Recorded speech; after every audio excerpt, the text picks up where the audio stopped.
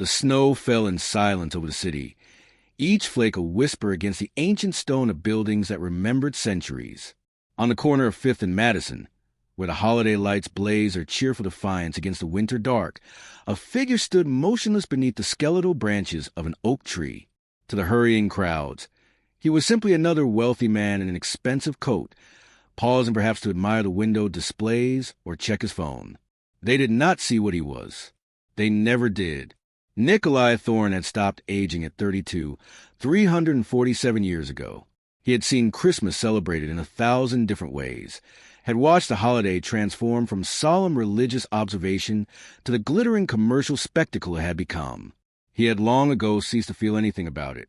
Or so he told himself, standing there in the falling snow, watching the humans rush past with their shopping bags and their flushed, hopeful faces. The cold didn't touch him. Nothing touched him anymore. That was the bargain, the price paid for immortality. You could not die, but you could not truly live either. You could only observe, an eternal spectator at the carnival of mortal joy and mortal sorrow. He was about to turn away, to return to his penthouse apartment high above the city where silence and shadows waited like faithful servants, when he felt it, a warmth fierce and bright as a candle flame. Not physical warmth, but something else, something he had learned to perceive over the long centuries. Human emotion, raw and unguarded. Hope, loneliness, love. It blazed from the small figure approaching him, a child weaving through the crowd with the determined focus of someone on a mission. She couldn't have been more than 7. Dark curls escaped from beneath a knitted hat that had seen better winters. Her coat was clean but thin, patched at one elbow. She carried a small bag from the dollar store, gripped tight in mittened hands. And she was looking directly at him, not through him, the way most humans did, their eyes sliding past as if he were simply another shadow. She saw him, her eyes, brown and bright as a robin's, fixed on his face with an intensity that made something shift in his chest, something he had thought long dead.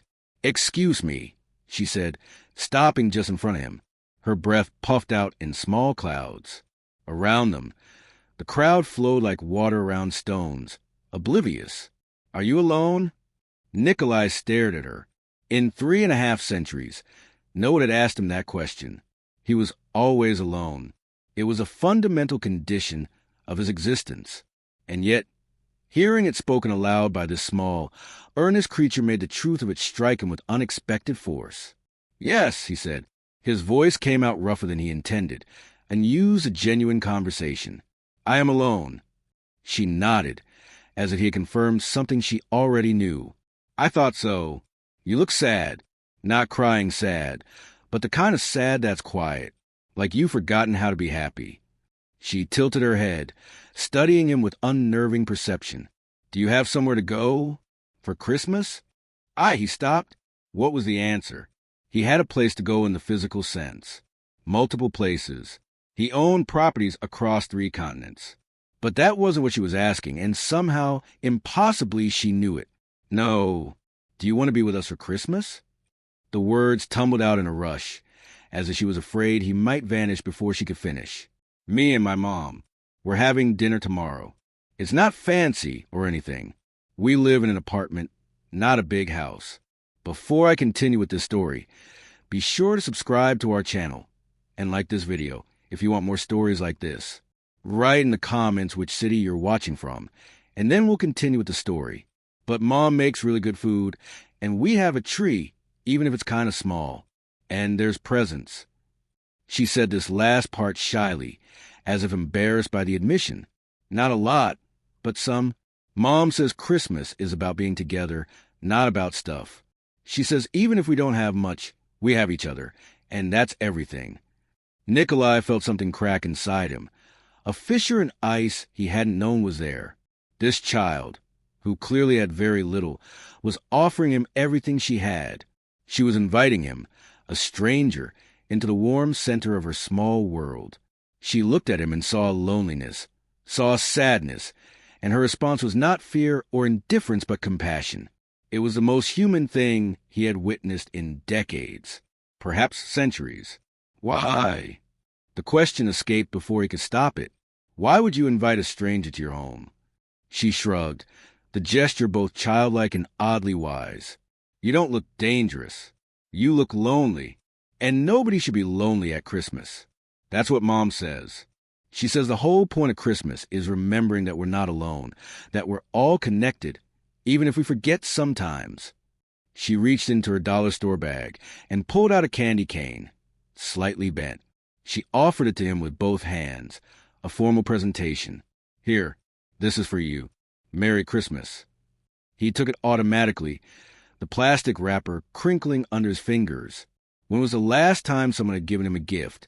Not a bribe, not a payment, not an offer made in fear or calculation, but a simple gift freely given, expecting nothing in return? He couldn't remember. My name's Sophie, the girl continued. Sophie Chun. My mom's name is Grace. We live at 2847 Maple Street, apartment 4B. Dinner's at 6 o'clock tomorrow.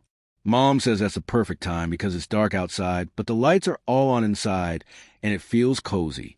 She says 6 o'clock is when Christmas really feels like Christmas. She looked up at him expectantly. Will you come? Please. Every rational part of him said no. He did not belong in their world. He was a predator, even if he had long ago stopped hunting humans. He was dangerous, unnatural, wrong. His presence in their small, warm apartment would be a violation, a corruption of their innocent celebration. And yet, looking down at Sophie's hopeful face, at the candy cane in his hand, at the gift freely given by someone who had so little to give, he found himself unable to speak the refusal. I don't know your name, Sophie said, still waiting for his answer. Nikolai, he said quietly. Nikolai Thorne. That's a good name. It sounds strong.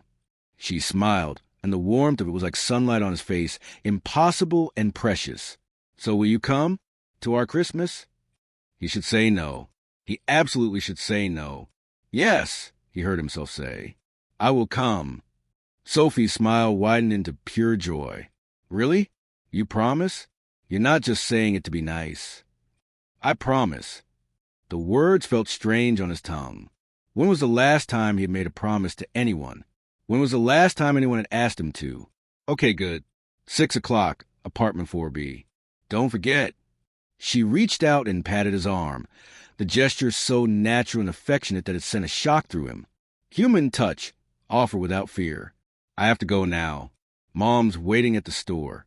We're getting groceries for tomorrow. But I'm really glad you're coming, Nikolai. Really, really glad. She started to walk away, then turned back. Oh, and you don't have to bring anything. Just yourself. That's the best present. Then she was gone, swallowed by the crowd, a small figure in a thin coat vanishing into the flow of humanity.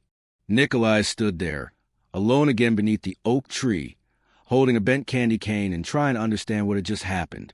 A child had looked at him and seen loneliness, had looked at him and responded with compassion, had looked at him and invited him in.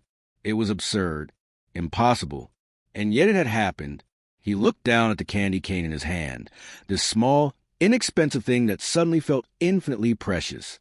Tomorrow night, Christmas Eve, he would go to apartment 4B at 2847 Maple Street. He would accept the hospitality of strangers.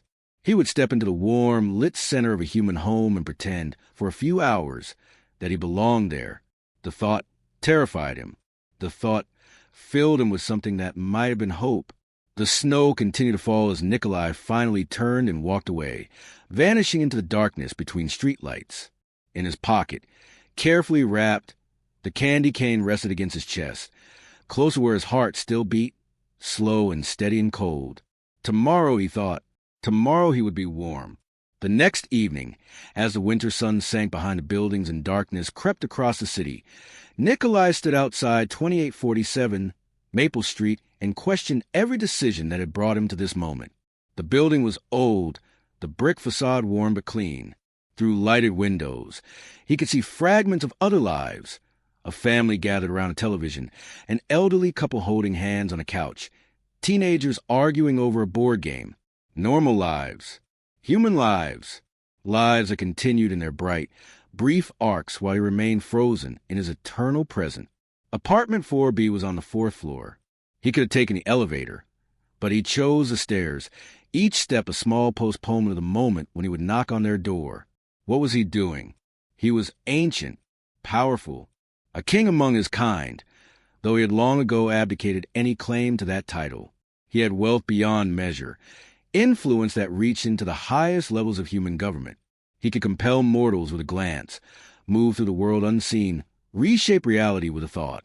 And yet here he was, climbing 4 flights of stairs in a worn apartment building, nervous as a boy on a first date, because a 7-year-old child had invited him to dinner. The hallway on the 4th floor was narrow, painted a cheerful yellow that had faded to cream. From behind one door came the sound of Christmas music, tinny and bright. From another, the smell of cooking food, something rich with garlic and spices. Apartment 4B was at the end of the hall. Through the door, he could hear voices. Sophie's high, excited chatter. A woman's voice, lower, warm, patient. His vampire hearing picked up every word. Mom, what if he doesn't come? What if he forgot? What if he was just being polite? Sophie, sweetheart, if he comes, he comes. If he doesn't, we'll have a wonderful Christmas anyway. Just the 2 of us, like always. But Mom, he was so lonely. You should have seen his face. He looked like he'd been alone for 100 years. A pause. Then the woman's voice, gentle and sad. Some people are lonely, baby. And sometimes the bravest thing we can do is reach out to them. But we can't force someone to accept help. We can only offer it.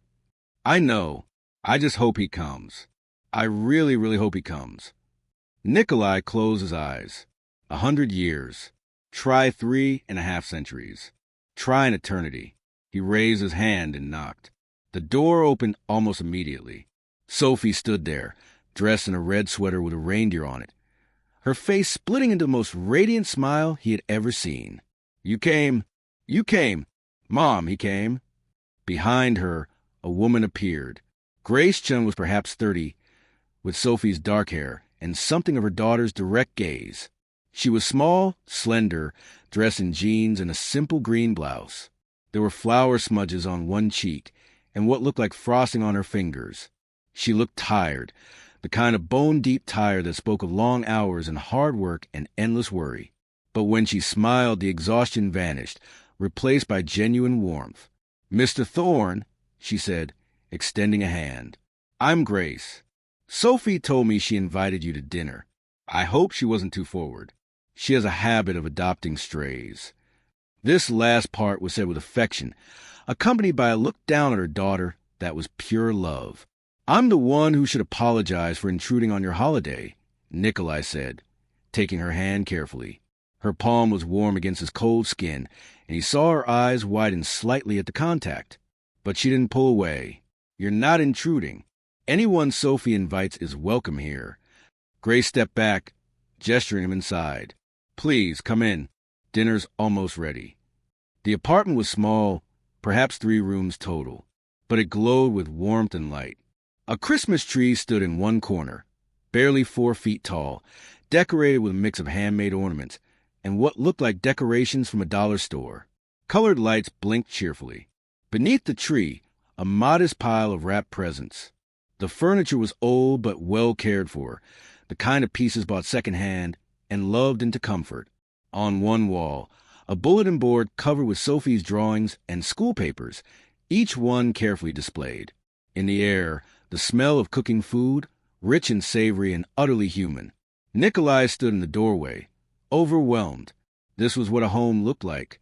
Not his cold penthouse with its expensive art and designer furniture. Not the grand estates he had acquired over centuries. This small, warm space filled with love and laughter, and the evidence of lives fully lived. He had forgotten, or perhaps he had never known. You can put your coat there, Grace said, indicating a hook by the door. And please, make yourself comfortable. Can I get you something to drink? I have wine or coffee or hot chocolate. Sophie swears by the hot chocolate. It's really good, Sophie chimed in, bouncing on her toes. Mom makes it with real chocolate, not the packet kind, and she puts cinnamon in it. Hot chocolate sounds wonderful, Nikolai said, because it seemed to be what they expected, and because Sophie's face lit up when he agreed.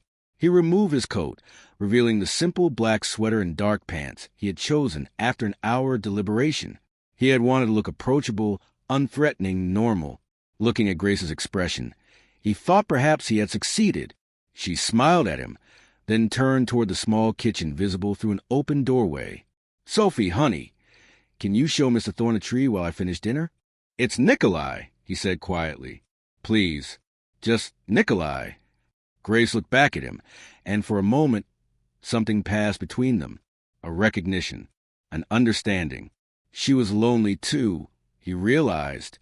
Not in the way he was lonely, not with the vast, echoing isolation of immortality, but lonely nonetheless.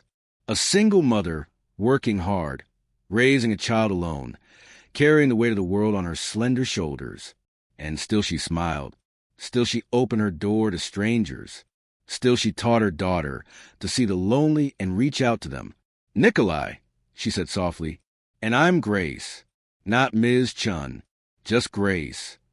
Sophie grabbed his hand, her small fingers warm around his cold ones, and pulled him toward the tree. "Look, this one I made in school. It's a snowflake, and this one is from when I was 5. It's supposed to be Santa, but it looks more like a red blob. And this one..." She continued her narration, pointing out each ornament with pride, telling him the story behind every one. Nikolai listened, truly listened, in a way he hadn't listened to anyone in decades. And as he listened, something in him began to thaw. They sat down to dinner at 6 o'clock, exactly as Sophie had promised. The table was small, barely large enough for 3, covered with cloth that had been carefully ironed. Grace had made roasted chicken, vegetables, mashed potatoes, all prepared with obvious care. She said grace before they ate, a simple prayer of gratitude that Nikolai found himself bowing his head for, even though he had long ago ceased believing in any god that would create beings like him. The meal was delicious. Nikolai, who rarely ate human food anymore, found himself actually tasting it, actually savoring the flavors. Or perhaps it wasn't the food itself but the company, the warmth, the simple pleasure of sitting at a table with others and sharing a meal. Sophie chattered through dinner, telling stories about school, about her friends, about the Christmas pageant she had been in where she played a sheep and forgot her one line. Grace added details, gentle corrections, moments of laughter. And Nikolai, to his surprise, found himself talking too, carefully, editing centuries down to manageable anecdotes, but talking nonetheless. "What do you do?" Grace asked at one point, passing him more vegetables. "For work, I'm in investments," Nikolai said, which was technically true. He had 3.5 centuries of accumulated wealth to manage. "And real estate. That sounds impressive. I'm a nurse. Pediatric ward at St. Catherine's. Long hours, not great pay, but I love it. Getting to help kids, make them feel better, that's everything." She smiled at Sophie. "And it means I understand kids pretty well, which comes in handy. Mom's the best nurse," Sophie said loyally. "All the kids love her. She makes them laugh even when they're scared." "You make them laugh too when you visit," Grace said. She looked at Nikolai. "Sophie comes by sometimes after school if I'm on the day's shift. She draws pictures for the patients, talks to them. She has a gift for making people feel seen." There was pride in her voice, but also something else. Worry, perhaps, as if she knew that Sophie's gift for seeing people, for perceiving their pain and their loneliness, might also be a burden. After dinner, they opened presents. Grace protested when Nikolai produced a small wrapped box from his pocket, insisted he shouldn't have brought anything. But Sophie was already tearing into it with childish enthusiasm. Inside, a delicate glass snow globe with a winter scene, a small house, a tree, a family. When shaken, snow swirled and settled. Sophie gasped with delight, holding it up to the light, watching the glitter dance. "It's beautiful," she breathed. "Thank you, Nikolai. Thank you so much." "I'm glad you like it," he said, and meant it with an intensity that surprised him. Grace opened her gift more slowly, almost reluctantly. Inside, a simple silver bracelet with a single charm, a small heart. It was elegant, understated, clearly expensive despite its simplicity. She looked up at him, eyes wide. "This is too much," she said quietly. It's Christmas, Nikolai replied. And you open your home to a stranger. That's worth more than any bracelet. For a long moment, they looked at each other across the small table, the Christmas lights blinking softly, Sophie exclaiming over her snow globe. And Nikolai saw Grace truly see him, the way Sophie had seen him, not what he was, who he was, a lonely man, ancient and tired and desperate for connection. And instead of fear, he saw acceptance in her eyes, understanding, perhaps even impossibly, the beginning of affection. The hours passed. They played board games on the floor, Sophie winning with gleeful frequency. They drank hot chocolate with cinnamon and watched the Christmas lights blink on and off. They talked about everything and nothing, the conversation flowing easily, punctuated by laughter and comfortable silences. And Nikolai, for the first time in living memory, felt almost human, almost alive, almost home. It was nearly midnight when Sophie finally fell asleep on the couch, curled up with her snow globe clutched to her chest. Grace covered her gently with a blanket, then gestured for Nikolai to follow her into the small kitchen. They stood by the window, looking out at the city sparkling with Christmas lights, the snow still falling in soft, persistent flakes. Thank you for coming, Grace said quietly. I know it probably seemed strange, accepting a dinner invitation from a 7-year-old, but it meant the world to her. And to me, I should be thanking you, Nikolai said. I can't remember the last time I felt. He paused, searching for a word. Welcome, wanted, part of something. Grace looked up at him, her expression gentle and sad and knowing. Sophie was right. You are lonely, aren't you? Even in a city full of people. Yes, he said simply. There was no point in lying. She saw him too clearly. Why? The question was soft, not prying, simply curious. How to answer, how to explain centuries of isolation, the unbridgeable gap between what he was and what they were, the price paid for immortality. He settled for a partial truth. I've been alone for a very long time, so long that I forgot what it felt like to be anything else. And then Sophie looked at me yesterday and asked if I was lonely, and suddenly I couldn't deny it anymore. Grace nodded slowly. She has a gift for that, seeing people, really seeing them past all the walls and masks. It scares me sometimes, how much she perceives, but mostly it makes me proud. The world needs more people who can look at strangers and see their pain and their loneliness and respond with compassion. She learned that from you, Nikolai said. Maybe. I hope so. I'm trying to raise her to be kind, to be aware of others, to reach out even when it's hard or scary. Because that's what makes us human, isn't it? Not how much we have, but how much we give. Not how strong we are, but how willing we are to be vulnerable. Not whether we feel fear, but whether we act anyway. She smiled at him. You came tonight even though it must have been terrifying, stepping into the home of strangers. That took courage. You opened your door to me even though I could have been anyone, anything. That took courage too. Sophie said you weren't dangerous. I trust her instincts. Grace paused, then added quietly, and I know loneliness when I see it. I've been lonely too, even with Sophie, even with work, even with friends. There's a kind of loneliness that comes from feeling like you don't quite fit anywhere, like you're always on the outside looking in. I think maybe you know that feeling. Yes, Nikolai said, his voice rough. I know that feeling very well. They stood in silence for a moment. Two lonely people who had found unexpected connection in the midst of a city full of strangers. Outside, the snow fell and the lights sparkled, and Christmas continued in 1,000 homes across the city. And in this small apartment, something shifted. Something changed. The impossible became possible. Will you come back? Grace asked suddenly. Not just for Christmas, but just come back. For dinner or coffee, or just to talk. I think Sophie would love to see you again. And I would too. Nikolai looked at her, this brave, kind, extraordinary woman who had opened her door and her heart to a stranger. I would like that very much. Good. She smiled, and it transformed her face, made her beautiful in a way that had nothing to do with features and everything to do with the light that shone from within. Because I think maybe we all need people in our lives who see us, really see us. And I think maybe you need that more than most. I think maybe I do, Nikolai admitted. They stood there a moment longer. Then Grace touched his arm lightly. It's late. You should probably go. But Nikolai, thank you for coming, for being part of our Christmas, for being here.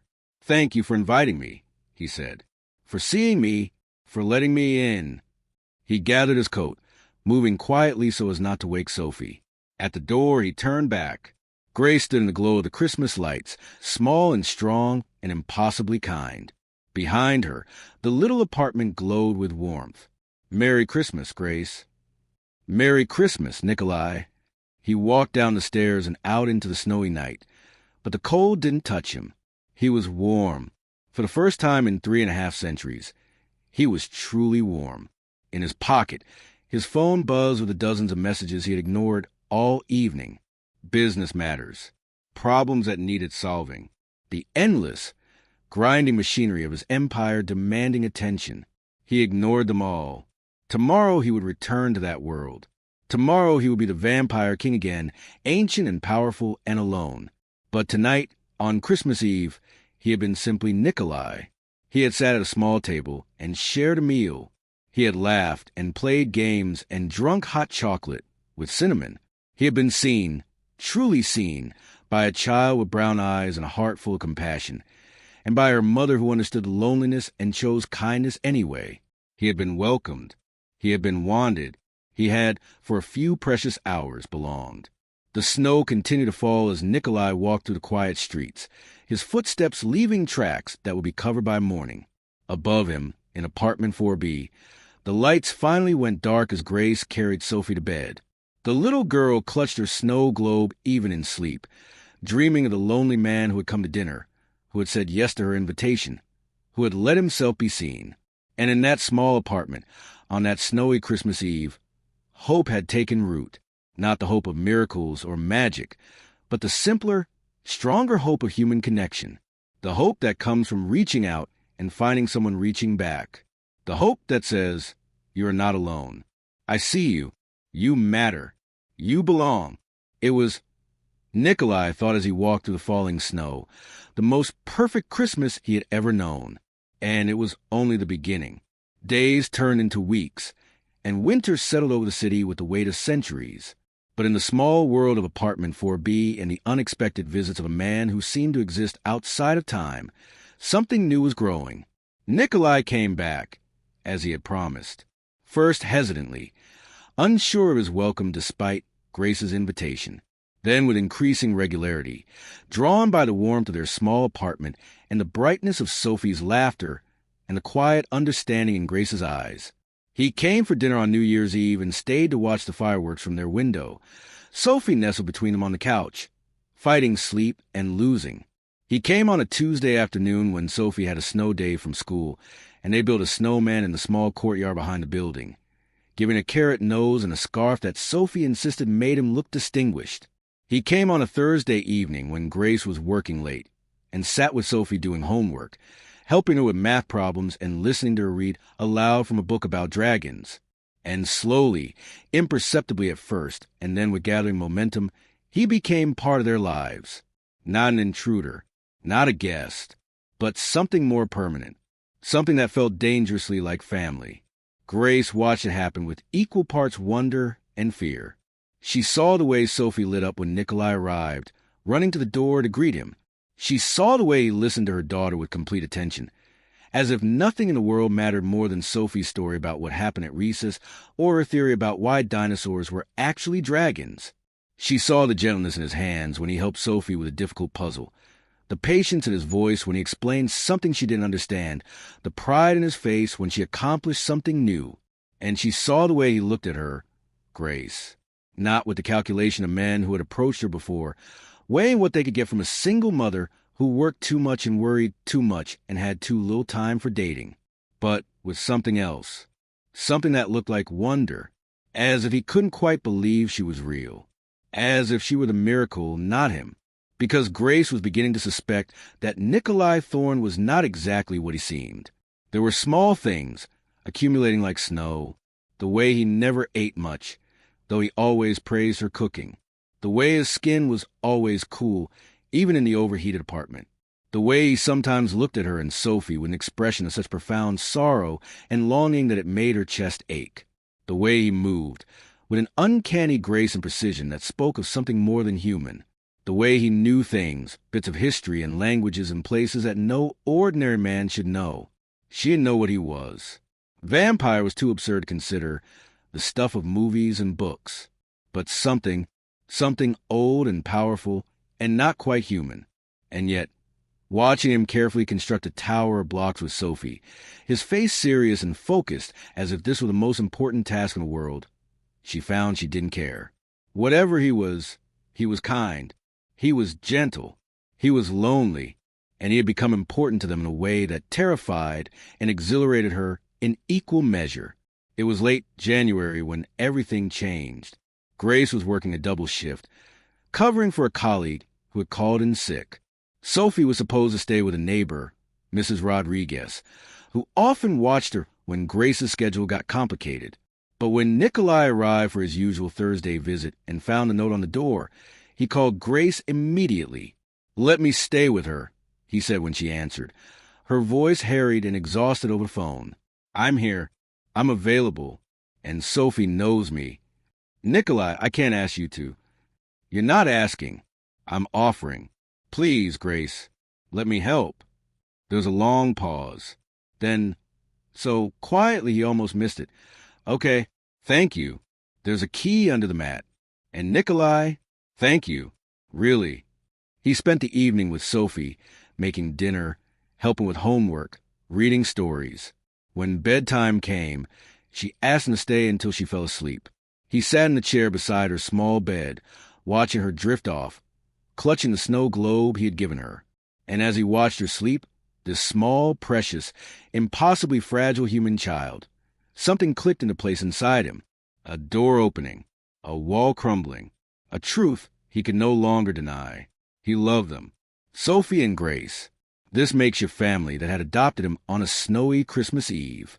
He loved them with an intensity that frightened him, that made him feel vulnerable in ways he hadn't felt since he was human himself centuries ago. He loved them, and love made everything dangerous, because he was what he was, and they were what they were, and there was an unbridgeable gap between them. Or was there? Sitting in the darkness of Sophie's small room, listening to her breathe in the soft, steady rhythm of sleep, Nikolai allowed himself to imagine, what if he didn't have to be alone? What if this warmth, this connection, this feeling of home, didn't have to be temporary? What if he could stay? It was past midnight when Grace finally came home, exhausted and worried. She found Nikolai still sitting beside Sophie's bed, keeping watch like a guardian.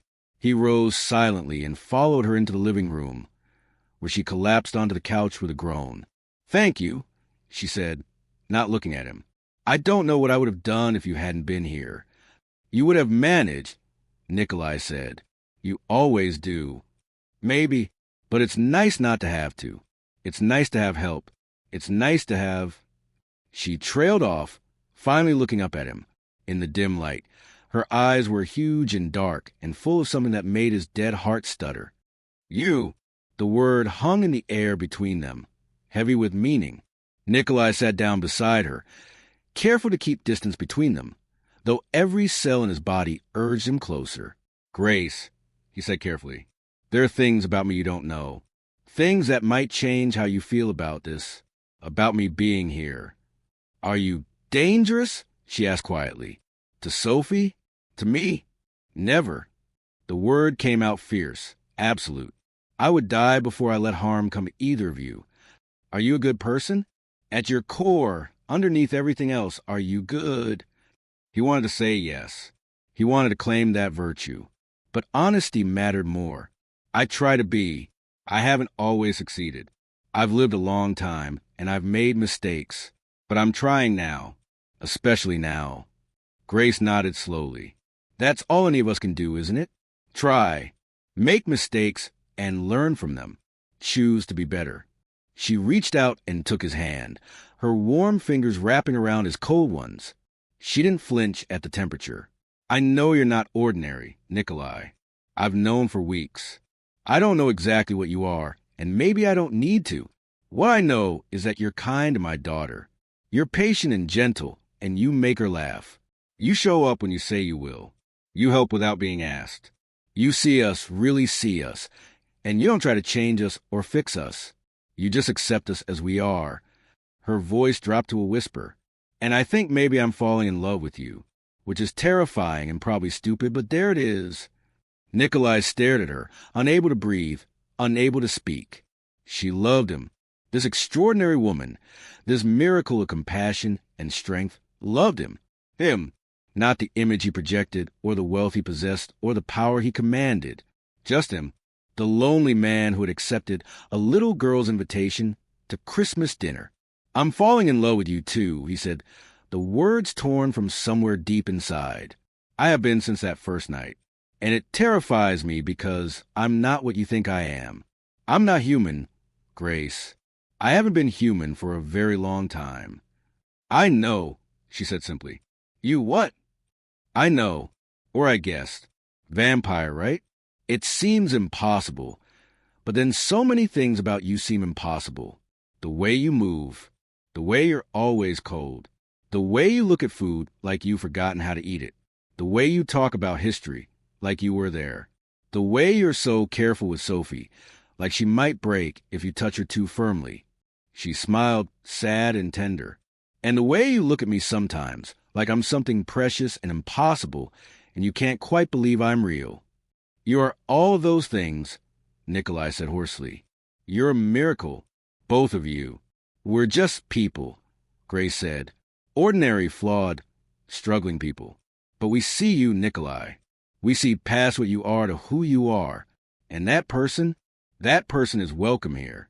That person is wanted. That person is... She stopped, took a breath, then said it. Loved. He kissed her then, unable to resist the pull any longer. It was gentle, tentative, both of them trembling. Her lips were warm against his cold mouth, her hand coming up to cup his face, not flinching from the unnatural coolness of his skin.